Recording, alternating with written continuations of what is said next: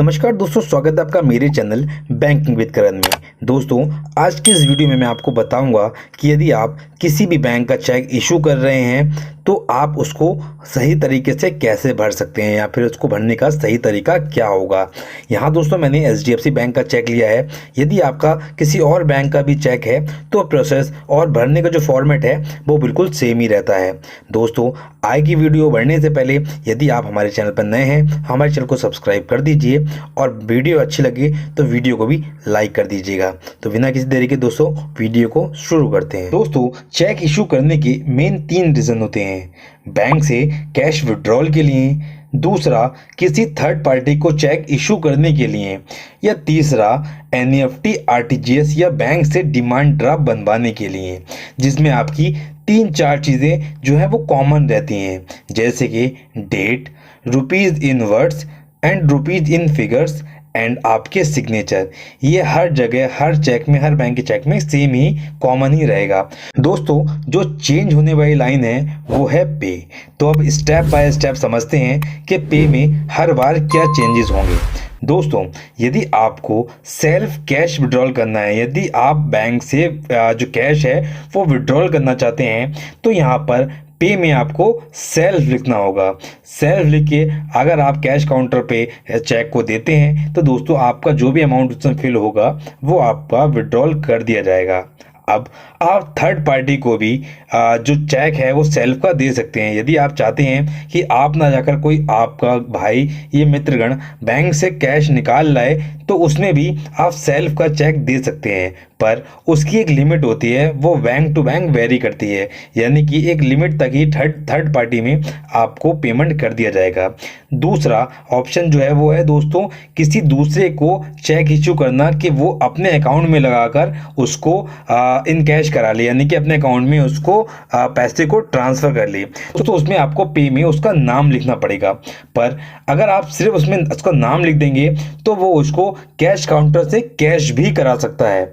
यानी कि अगर आप सिर्फ ये नाम लिखेंगे इसमें तो वो कैश होने के चांसेस रहते हैं। तो आपको एक और काम करना होगा दोस्तों, ऊपर उसकी क्रॉसिंग करनी होगी, जिससे वो जो चेक है दोस्तों वो अकाउंट पे ही हो जाएगा। यानी कि आप उस चेक को सिर्फ अकाउंट में ही लगा सकते हैं और वही व्यक्ति लगाएगा जिसमें उसका नाम लिखा है। तो दोस्तों, अकाउंट पे करना बहुत ज़्यादा इम्पॉर्टेंट रहता है, जिससे हमें जिस व्यक्ति को इशू किया है चेक दोस्तों वो उसी के खाते में पहुंचे। तो तीसरा ऑप्शन दोस्तों, उसमें आपको पे में लिखना होता है। NEFT अगर NEFT डिमांड ड्राफ्ट या फिर RTGS करवाना है आपको तो उसमें आपको पे में लिखना होगा योर सेल्फ फॉर। यदि आपका NEFT है दोस्तों, यानी कि 2 लाख से नीचे का अमाउंट है तो योर सेल्फ फॉर NEFT। यदि 2 लाख से ऊपर का अमाउंट है दोस्तों तो आपको लिखना होगा your self for RTGS। Same यदि आपको डिमांड ड्राफ्ट बनवाना है दोस्तों तो आपको लिखना पड़ेगा योर सेल्फ फॉर DD। और इन सब चेक को भी आप क्रॉस कर सकते हैं, यानी कि इन चेक पर भी आप क्रॉसिंग कर सकते हैं। दोस्तों, जो फॉर्मेट मैंने आपको बताया है वह सिर्फ HDFC बैंक के लिए ही नहीं है। यदि आपका किसी भी बैंक में खाता है और उसकी चेकबुक है तो आप सेम लाइंस वहाँ पर भी लिख सकते हैं। यानी कि अगर आपको विड्रॉल करना है तो आप सेल्फ लिखिए, यदि आपको किसी को चेक इशू करना है तो उसका नाम लिख के ऊपर क्रॉसिंग कर दीजिए। यदि आपको NEFT RTGS या डिमांड ड्राफ्ट बनवाना है तो योर सेल्फ और RTGS NEFT या फिर DD करके इसको भर सकते हैं। बाकी अमाउंट और साइन और डेट ये सब सेम ही रहेगा। बता दूं दोस्तों, जो चेक की वैलिडिटी होती है वो 3 मंथ की होती है। यानी कि यदि आपने आज चेक इशू किया है तो वो 3 मंथ तक ही वैलिड, 3 मंथ तक ही वैलिड रहेगा। यदि कोई भी पार्टी उसको 3 मंथ के बाद लगाती है या फिर आपने कोई चेक काटा और अभी वो यूज़ नहीं हुआ तो उसको आप 3 मंथ्स तक ही यूज़ कर सकते हैं। यदि 3 मंथ से ऊपर हो जाता है दोस्तों तो वो चेक जो होता है वो स्टेल हो जाता है और अब वो चेक नहीं लग सकता। तो दोस्तों, इस बात का ध्यान रखिएगा, कभी भी चेक इशू करें तो यहाँ पर आप डेट का बहुत ही ध्यान रखें। यहाँ आप अगर चेक कर पाएंगे दोस्तों तो ऊपर लिखा भी होता है वैलिड फॉर 3 मंथ्स ओनली।